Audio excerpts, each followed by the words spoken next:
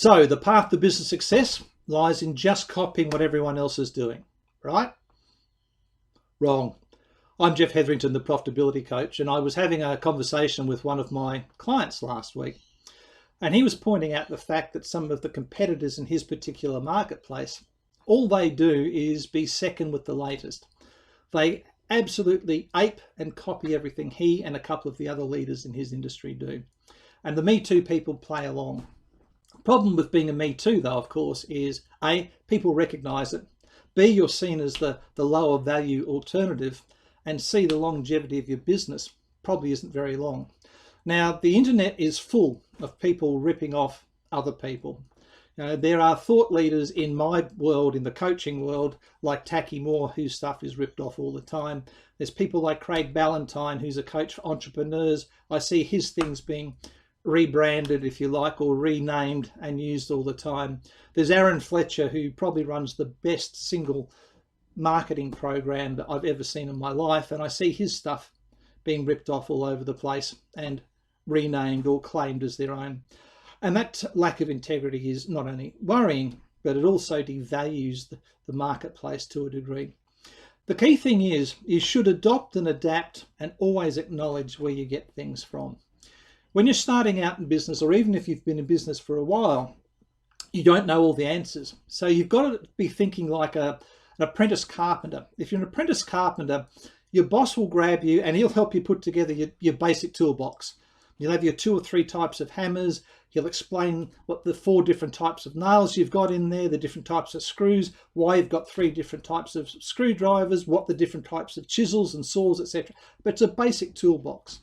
And in order to build that basic toolbox, you pretty much have to do what everyone else does. That's how you learn the basic skills. I mean, part of your basic toolbox should be knowing how to budget and how to read a P&L and understanding marketing for your business and how to next, all those things. They're the basics. And you need someone to teach you those, and you need someone to show you those and maybe tweak them so they work you a bit better. But once you've got your toolbox, the next step is to evolve, to move on, to find your voice.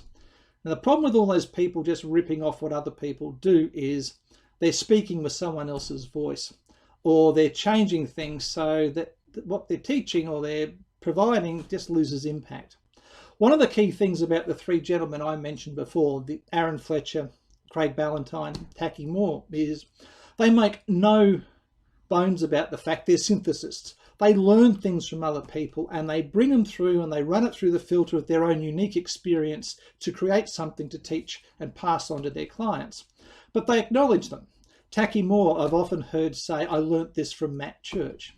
I'll hear Aaron Fletcher say, hey, I've picked this up from Frank Kern or Fred Glick. Craig Ballantyne, I'll hear him acknowledge people, the Bedros Keuilians or Taki Moore or some of the other people. The key thing is these guys who are leaders in their respective fields have got so much confidence and integrity that they acknowledge where they get stuff from. They don't rip anyone else off. They adopt, they adapt, and they acknowledge. So 2 key messages here I'd like you to take away. One is no one's got a perfect system. Everyone you see and whose success you wish to emulate is successful because they've taken something or they've created something and they've spoken with their own voice. They've made it uniquely theirs. So if all you do is do their program and slavishly follow it step by step, you're really just creating your toolbox. What you're not doing is creating your own business and your own voice. So by all means, get the basics, get the foundation, work with someone like me to learn how to increase your revenue, reduce your stress, how to get your systems right, so that you've got the foundation firm enough that you can set your business on cruise control and go off and start doing the things you want to do. But find your own voice. And that's the key thing too, is don't speak with someone else's voice. Don't get caught up in the trap of just slavishly aping what someone else is doing, or even worse, ripping it off and trying to repackage it and present it as your own. That lack of integrity is becoming a real problem in the business world. And the thing is, eventually get found out. There's been a number of high-profile coaches and high-profile business people in the last 4 or 5 years, but particularly over COVID, who were found out, and rightly so. So, if you want to have a great business, a successful business, find the right people to help you put your toolbox together. Work with those people to maybe evolve your business to the next level, to where you're starting to clarify your own voice and you're starting to make it uniquely yours. So you adopt from other people, you adapt from other people, and most importantly, you acknowledge where you've learnt things from.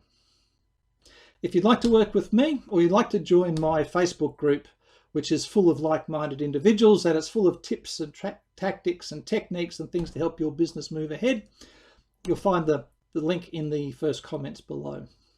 But most of all, as always, 3 things. Be well, take care, stay safe. I'll talk to you again soon.